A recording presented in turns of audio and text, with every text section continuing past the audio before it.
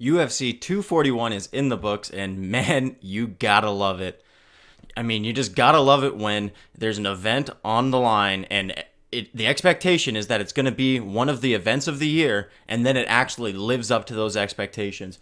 Particularly when it's a heavyweight title fight. This is a big pay-per-view where, I bet a lot of people had friends over who aren't even necessarily big UFC fans, and and you had them over and you hyped up these fights, and you're trying to explain to them who Nate Diaz is, or maybe they remember who Nate Diaz is and they're a previous UFC fan who has kind of fallen off because of the volume of cards. I know a lot of people like that, so there's just so much hype around this card, and it delivered. This is one of the nights where you're just so happy to be a fight fan. And with between 239, the John Jones card at the beginning of July, till now, it's, besides the main events and a couple of select fights on cards, it's been a little bit dry.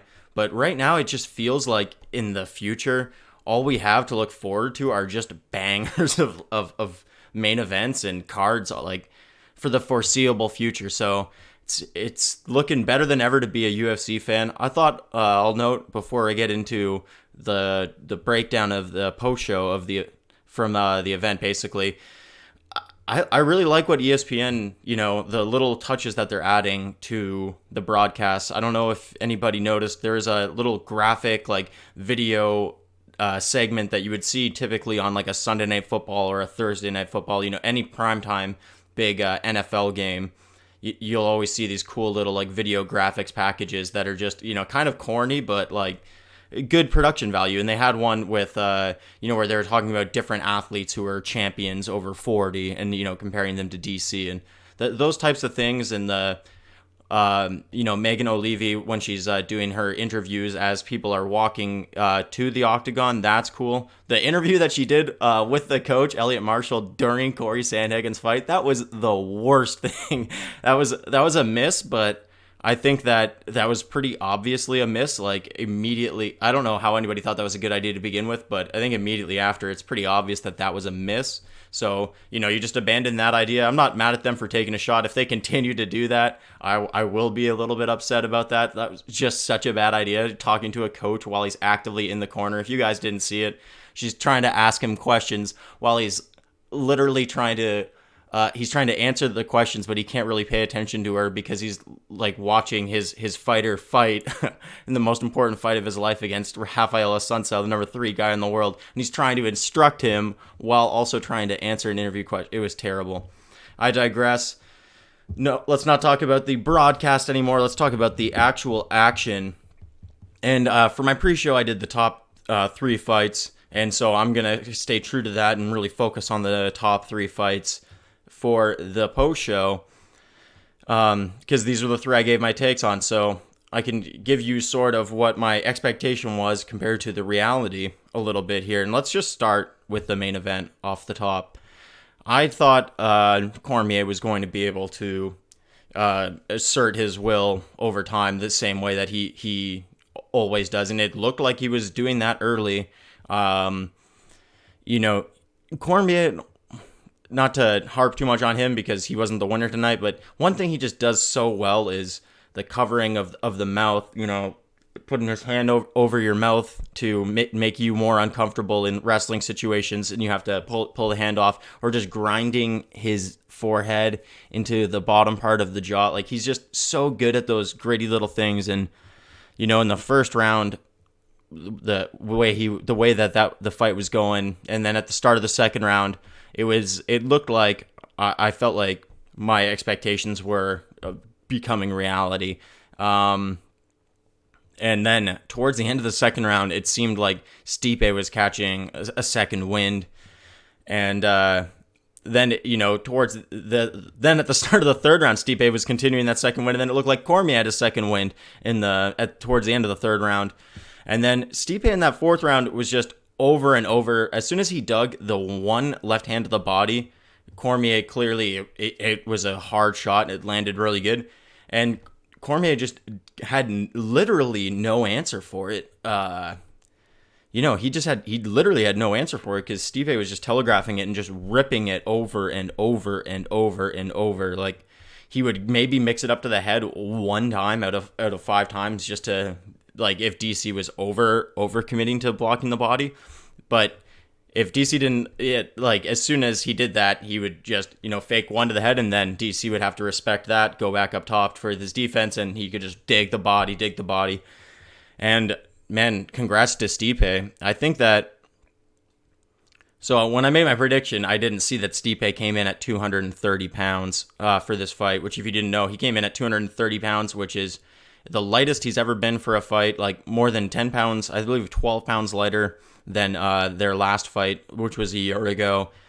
230 pounds is, that's right around where a lot of light heavyweights are, 225, 230, and they're cutting to 205. So I think it was definitely a tactical decision, and Stipe's cardio really paid off. His cardio and his chin won him that fight. He was able to withstand the early barrage, and then his cardio carried him later on in the fight. And, there's just nobody who can withstand the pressure of Daniel Cormier except for Stipe and Jon Jones. It's just such a difficult thing to do. I thought DC would be able to assert his will over time, and I mean, Stipe just proved that he's just too resilient, and I think it's I think it's now we have to say it. Stipe, I believe, is the heavyweight GOAT. I did think it was Daniel Cormier before this, and I'm not I don't have this recency bias. I do think Fedor is the next guy, and Verdum is definitely up there, and then Velasquez after them. But Stipe, now, I mean, to have this skill set, think about this, the diverse skill set to be able to beat Francis Ngannou and Daniel Cormier. Daniel Cormier being such an undersized guy who's just going to pressure you and just is so relentless, and then and he overwhelms you and is powerful, but not in the same way that Francis Ngannou is just, a 260-pound behemoth and just could knock out a rhinoceros. Like the diverse skill set of Stipe to be able to fight the biggest heavyweights and then to have the mind to get down to 230 pounds for a smaller heavyweight like Daniel Cormier. I mean, it just shows such a range, and I mean, you have to give it to Stipe. I think he's the GOAT. And as far as for what's next, Ngannou is the next contender. But if Stipe knocks him off again, and then it's an 0-2 situation, and as long as Stipe is a champ, Ngannou's not going to be able to get a shot. But I think that if you're not going to do the Ngannou fight, the only other fight besides like a Jon Jones potential super fight, but I'm not as interested with Stipe doing the Jon Jones super fight. I think the other fight for Stipe, is a DC trilogy. So it's DC trilogy if DC wants the trilogy.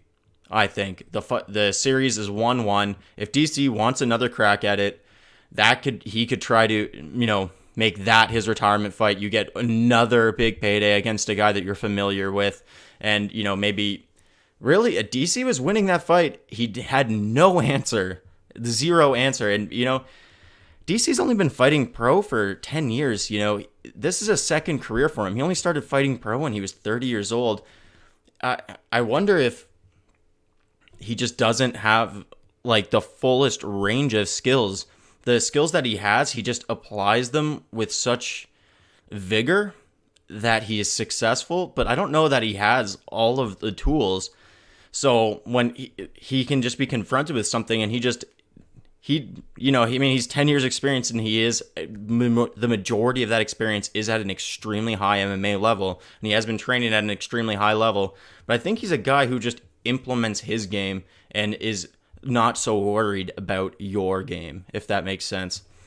But anyways, so the next fights for Stipe has to be either Ngannou, DC, or I guess you could do Jon Jones. I mean, I would love to see that fight. Take my money for any of those fights for sure. But DC, if he doesn't feel like retiring, I respect his decision either way. He's one of my all-time favorites. The Ngannou fight, although Ngannou is looking a lot better. He's got a second wind of confidence. I mean, that's a great fight. And you know what? If Stipe beats that Ngannou, with his newfound confidence, again, more experience. He's been through that war with Stipe. He's learned from it and has gotten better. If Stipe beats that Francis Ngannou, then I really don't think it's going to be arguable that he's the heavyweight GOAT. Because you could say, yeah, DC's 40, he had back surgery, blah, blah, blah. And so maybe you could discount that win a little bit, but if you were to beat Francis Ngannou, who's an even more developed version of himself, I think that Stipe would definitely be the GOAT. And I have him as the GOAT right now. And I'm not a recency bias guy. I have Fedor after those guys. So let's get to the next fight. Nate Diaz, Anthony Pettis. I mean, what can you say about Nate Diaz? I thought that this fight, I thought Pettis would win this fight, but it wasn't even so much as I thought Pettis would win this fight as like, I just couldn't imagine that Diaz is going to take 3 years off, and after 3 years of not fighting professionally, that he was going to come in and beat Pettis. And particularly, I thought that it being a 3-round affair compared to a 5-round affair really favored Pettis. I thought he would be able to win the first couple of rounds. Diaz is a bit of a slow starter. His leg is typically has been out there to be kicked in the past, and he relies on his cardio to turn on later in fights. And he wins those later rounds and pours the volume on you over time. So I thought that because it was a 3-round fight, and skills kind of win fights. I believe in that. I believe that skills win fights, and I believe that Anthony Pettis has more skills. So for those reasons, I thought Pettis was going to win. The interesting thing that I was thinking about on the whole skills win fights thing is Nate Diaz, he may not have as many skills. He doesn't have all the diverse arsenal of kicks that Anthony Pettis has at his disposal, but the skills that Nate Diaz has, those skills are sharp, like very, very sharp. He applies them at such a high level. Like when Nate Diaz, just his boxing, his pressure, his jiu-jitsu, I feel like his jiu-jitsu is just like a hair. And, I might be way off on this one. I'm not a jiu-jitsu expert, but I really feel like his jiu-jitsu is just like he's the one notch below like the Damian Maias. I think he is like just the one notch below the very, very best. So in the first round, I thought that a brilliant tactic by Nate Diaz. So like I was saying, Nate Diaz is usually a slower starter, so I thought I had Pettis winning the first couple of rounds. Nate Diaz did such a veteran play, which he just doesn't normally do. He's usually so stubborn with his style that he's just going to absorb the damage like a goddamn zombie and just press forward recklessly and wear you out over time. But he actually wore Pettis out a little bit more intelligently in the first round and took his opportunities when they presented themselves to just pin him against the fence, wear on him a little bit, and kind of stall a little bit, to like, it wasn't stalling per se. It was very calculated stalling, where Nate Diaz needs his opponents to tire a little bit because he's more of that gazelle cardio aerobic style. He's not as explosive and fast, and flashy. So if he can tire his opponents, he used to rely on tiring his opponents by being a Homer Simpson and getting the shit beat out of him, and then his opponents would be tired, and then he could beat the shit out of his opponents because they're tired because they beat the shit out of him in the first place. But if he can rely on wearing on his opponents, just a little bit, make them carry his weight a little bit in the first round, rather than, get them tired by taking a ton of shots. I mean, how much better of a strategy is that? How brilliant is that? Like a subtle, because Nate Diaz is still Nate Diaz. He's still, kill or be killed. But in that first round, it's so intelligent of him to just try to wear on his opponents a little bit without absorbing any damage, and then he gets that cardio benefit later on that he holds over all his opponents, but he didn't absorb the damage early. I'm not going to belabor the point anymore. Nate Diaz versus Jorge Masvidal. That's obviously the fight next. That's a big money fight. I feel like that's almost like a pay-per-view main event. I don't know if I want that in a pay-per-view co-main. This is an interesting fight because I want to see it for 5 rounds. Like, I really want to see this fight for 5 rounds. So, I mean, could we do like Nate and Conor did, where they had a pay-per-view and they were a main event, even though it wasn't a title fight? Could we do that with Jorge and Nate? I think that we could, particularly if you had like a Shevchenko co-main event, like, you know, have a belt on there somewhere, but like, man, you just have this exciting super fight on top of the card. I think you could do it. If you know, you could do it as a co-main on a pay-per-view. But I don't want to see it for 3 rounds. You could do it as a main on an ESPN, and you could build the shit out of it. You know, like, you can really promote the fight. You could really try to make it like the biggest UFC on ESPN card ever. You know, ESPN would die. I'm sure that they would really like the UFC to throw them one of those. And, you know, I'm sure the UFC would, you know, prefer that fight to be on pay-per-view. But, God, that just screams of a ESPN main event or a main event, and you could sell it so well on ESPN, and that could be a real catalyst to propelling the UFC to even greater popularity. You know, since it's been on ESPN, I feel like it's growing in popularity, but a mega event on ESPN that everybody can watch would be huge, and that could be the fight for it. Moving on to Costa and Romero. So originally, I thought that Costa would be able to pressure Romero and would win the first couple of rounds at least. You know, probably all of the rounds is what I was thinking. And I once again, I was favoring Romero if it were a 5-round fight, because Romero's so explosive and he knows how to conserve his energy so well that the longer the fight goes, I actually feel like it really benefits him to fight longer. And I think that we kind of saw that play out. You know, Costa was really able to pressure for the first 2 rounds extremely effectively, definitely won those rounds. I mean, Costa is a specimen, my God, and the way he fights is just insane. Like, he's such an exciting fighter. I mean, we are so fortunate right now in the middleweight division.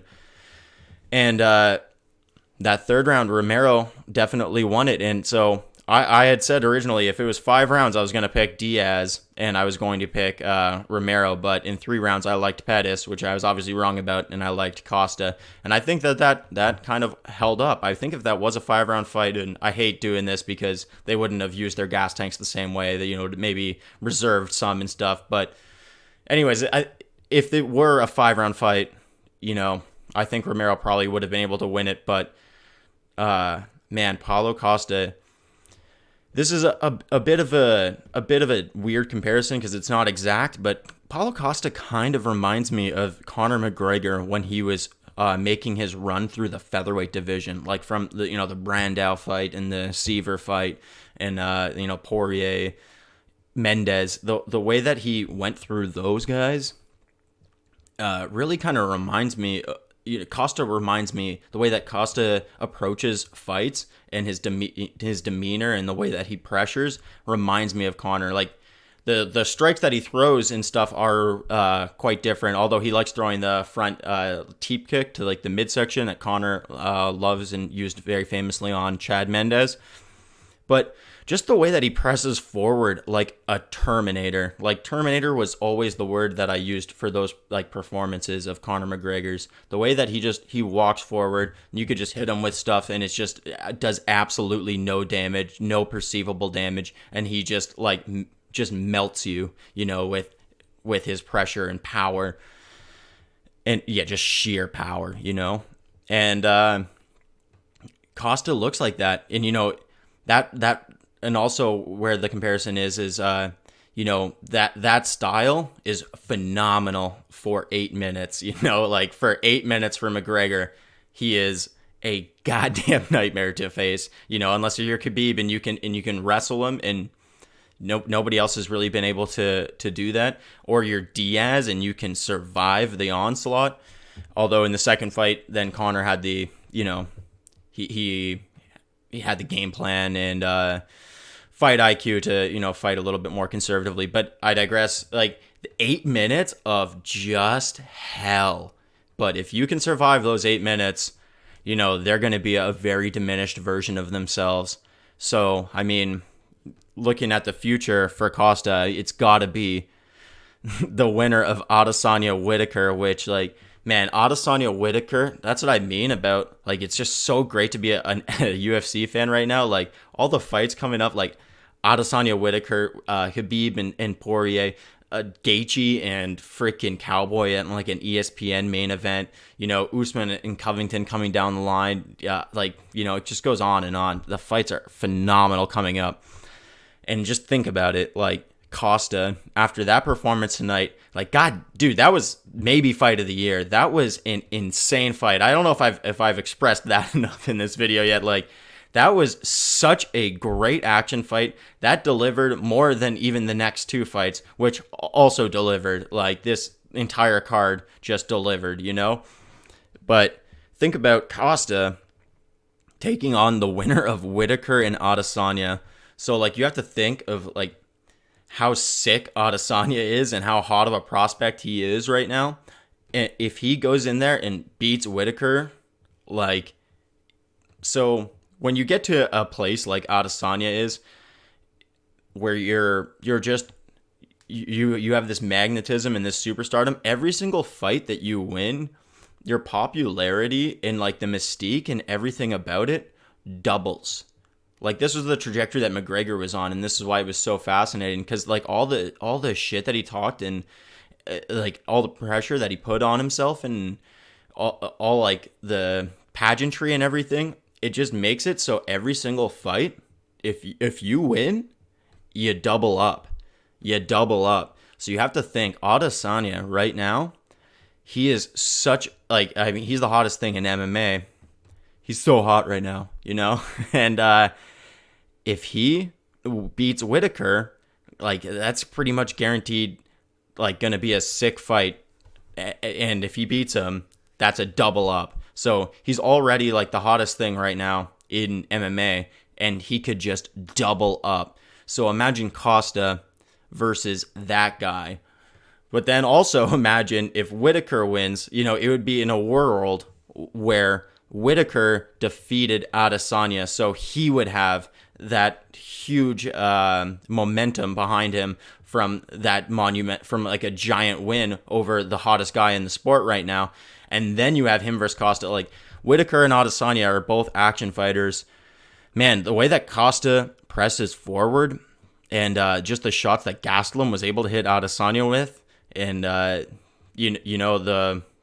fact that Adesanya has been knocked out before, like, man, I thought, I didn't think so before tonight, but after tonight, I think I might like Costa against Adesanya, which is wild to say. And Robert Whitaker, like, I don't even know what to say about him. He is such a sick fighter, and he's so good, but I feel like we just don't see him fight often enough, and I don't know what we're going to get out of him, so I need to reserve my judgment on how I think Costa and Whitaker would go until after I see Whitaker perform again.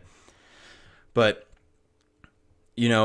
I feel like Adesanya, like, the thing about trying to keep Costa off of him with Adesanya is obviously such a great kickboxer and has more kickboxing skills, but just the way that Costa presses forward and just swings, hammers, and the fact that he's not a short middleweight, so with Adesanya and, like, Gastelum, he can use his length and really stay out of range a lot easier than he's going to be able to against it. I believe Paul Costa is 6'3", the same as Adesanya. So he's not going to have the same kind of length advantage over Costa.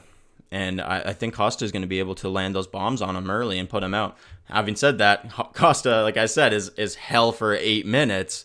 And, if Adesanya could survive those 8 minutes, then, it would be his fight to win. It would be, for sure his fight to win. And, man, Whitaker and Costa, like I said, I don't know exactly how that one would go. I don't really have that much of a prediction other than that would just be an absolute dogfight. So that's it. I don't know how long I've gone here. I've probably gone a little bit too long.